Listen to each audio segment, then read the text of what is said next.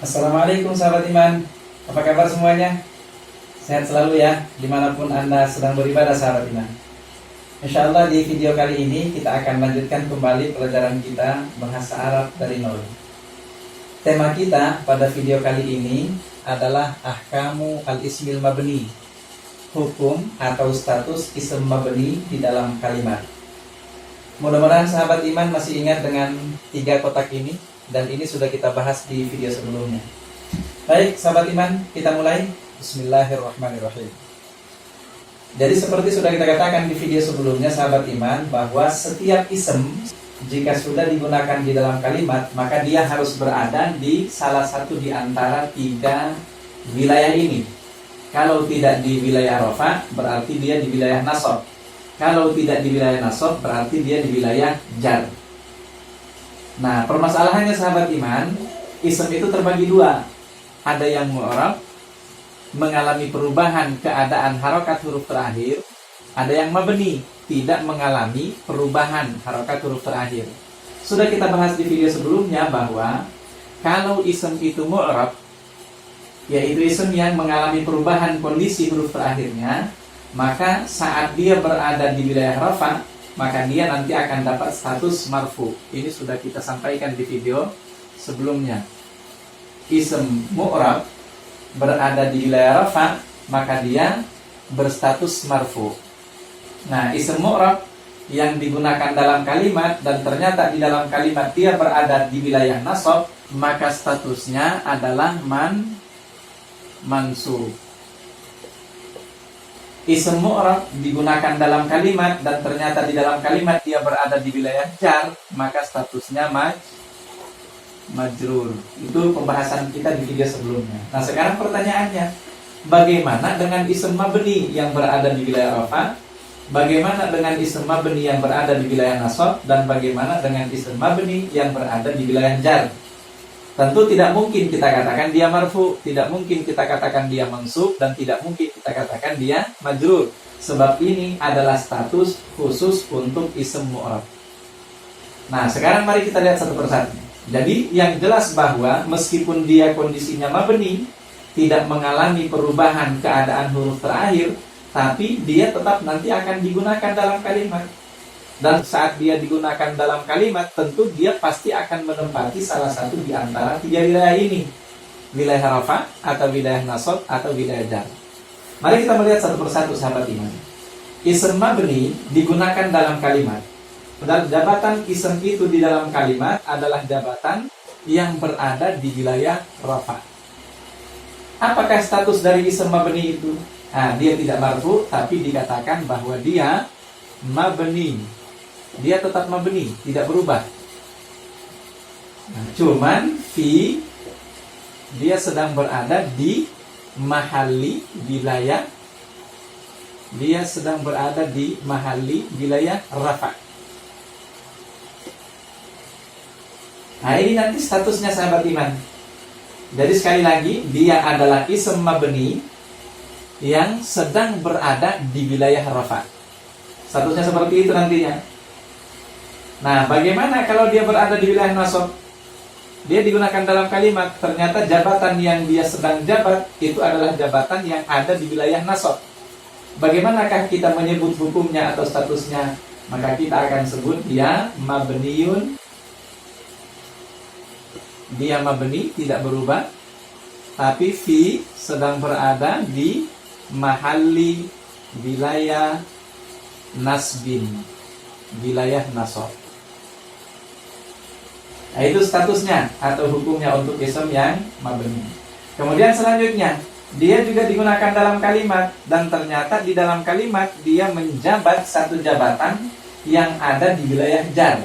Maka dia nantinya akan mendapat status mabniun fi mahalli jarrin. Dia mabni, tidak berubah, tapi sedang berada di wilayah jar.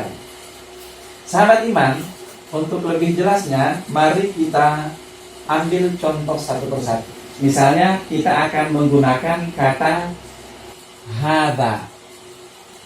Hadza ini sahabat iman disebut sebagai ism isyarah dan dia termasuk bagian dari ism mabni.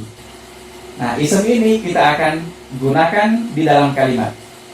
Kita awali kalimat pertama, di mana kalimat pertama ini kita letakkan kata hadza ini dalam sebuah jabatan yang berada di wilayah rafa'.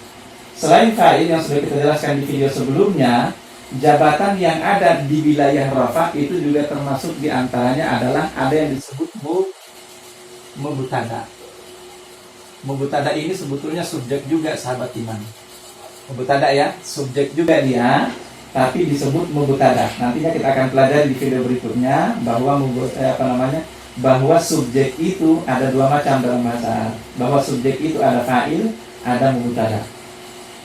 Nah, kita lihat saja sahabat iman, kita jadikan dia sebagai mubtada. Misalnya saya katakan hadza kitabun.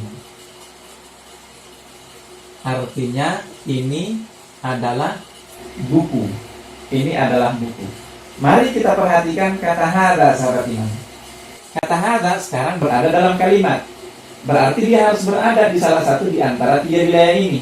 Pertanyaannya, ada di wilayah manakah dia? Dia ada di wilayah rafa' karena dia sebagai mubtada. Maka kita akan membahasakan hadza ini, kita akan katakan satu, bahwa dia adalah ism isyarah. Dia ism isyarah, kata tunjuk. Ya, dia adalah ism isyarah, yaitu kata tunjuk. Selanjutnya kita akan katakan dia mabniun. Dia mabni, tidak berubah. Tapi sedang berada di mana? Fi mahalli, seperti kita katakan tadi, dia sedang berada fi mahalli, dalam wilayah rafa'. Dia sedang berada dalam wilayah rafa'. Pertanyaannya, ngapain dia di wilayah rafa'? Sedang apa dia di wilayah rafa'? Sedang menjabat apa dia di wilayah rafa'? Kita katakan dia sedang menjabat sebagai mubtada. Dia di wilayah rafa' karena sedang menjabat sebagai mubtada. Nah, inilah status dari ism mabni di dalam kalimat. Selanjutnya sahabat iman, ini kalau dia berada di wilayah rafa'. Bagaimana kalau dia berada di wilayah nasab? Kita akan ambil contoh berikutnya. Ini contoh yang pertama ya. Contoh yang pertama. Kita akan ambil contoh yang berikutnya dengan meletakkan kata hadza ini di dalam wilayah nasab. Misalnya, saya katakan uhibbu hadza. Uhibbu hadza. Artinya sahabat iman, saya suka yang ini. Uhibbu hadza, saya suka yang ini. Nah, kata hadza sekarang berada di dalam kalimat. Kita gunakan dalam kalimat. Maka tentunya dia akan berada di salah satu di antara tiga wilayah ini. Nah, sekarang pertanyaannya, ada di manakah dia? Dia sedang berada di wilayah nasab. Nah, kenapa dia berada di wilayah nasab? Karena dia sedang menjabat sebagai maf'ulun bihi. Seperti yang sudah kita jelaskan di video sebelumnya, maf'ulun bihi itu semuanya pasti ada di sini. Maf'ul bihi. Maf'ul bihi itu dalam bahasa kita adalah objek. Objek. Nah, dia sedang menjabat sebagai objek atau maf'ulun bihi dalam kalimat. Maka karena maf'ulun bihi itu ada di wilayah nasab, berarti dia sedang berada di wilayah nasab. Sekarang, mari kita membahasakannya lagi, menuliskan statusnya di dalam kalimat. Kita akan katakan, hadza itu adalah ism isyarah. Dia adalah kata tunjuk. Ismu isyarah. Lalu selanjutnya kita akan katakan dia mabniun, tidak berubah. Mabniun, tidak mengalami perubahan kondisi huruf terakhirnya. Tapi sahabat iman, dia sedang berada di mahalli nasbin, sedang berada di wilayah nasab. Sebagai apa dia berada di wilayah nasab? Dia berada di wilayah nasab karena sedang menjabat sebagai maf'ulun bihi, sedang menjabat sebagai objek. Nah ini sahabat iman, ism mabni kita masukkan dalam kalimat, statusnya adalah seperti ini. Nah selanjutnya sahabat iman, bagaimana kalau dia berada di wilayah jar? Kalau dia berada di wilayah jar, maka kita akan bahasakan. Kita ambil contoh dulu misalnya, contoh yang ketiga, kita letakkan kata hadza dalam wilayah jar, dalam sebuah kalimat. Kita katakan misalnya, araftu min hadza. Araftu min hadza. Araftu min hadza. Saya mengetahui dari ini. Saya mengetahui dari ini. Ya, ini ada kata hadza yang kita gunakan dalam kalimat. Dan itu berarti dia sedang berada di salah satu di antara tiga wilayah ini. Wilayah rafa atau wilayah nasab atau wilayah jar. Sekarang pertanyaannya, ada di wilayah manakah dia? Tentu jawabannya ada di wilayah jar. Kenapa dia ada di wilayah jar? Karena dia didahului oleh harful jar, yaitu min. Nah, jadi semua yang majrurun, kita sebut saja secara sederhana ya. Jadi ini namanya majrurun bimin. Majrur bimin. Apa artinya? Didahului oleh min. Semua yang didahului oleh min, tentu dia berada fi mahalli jarrin.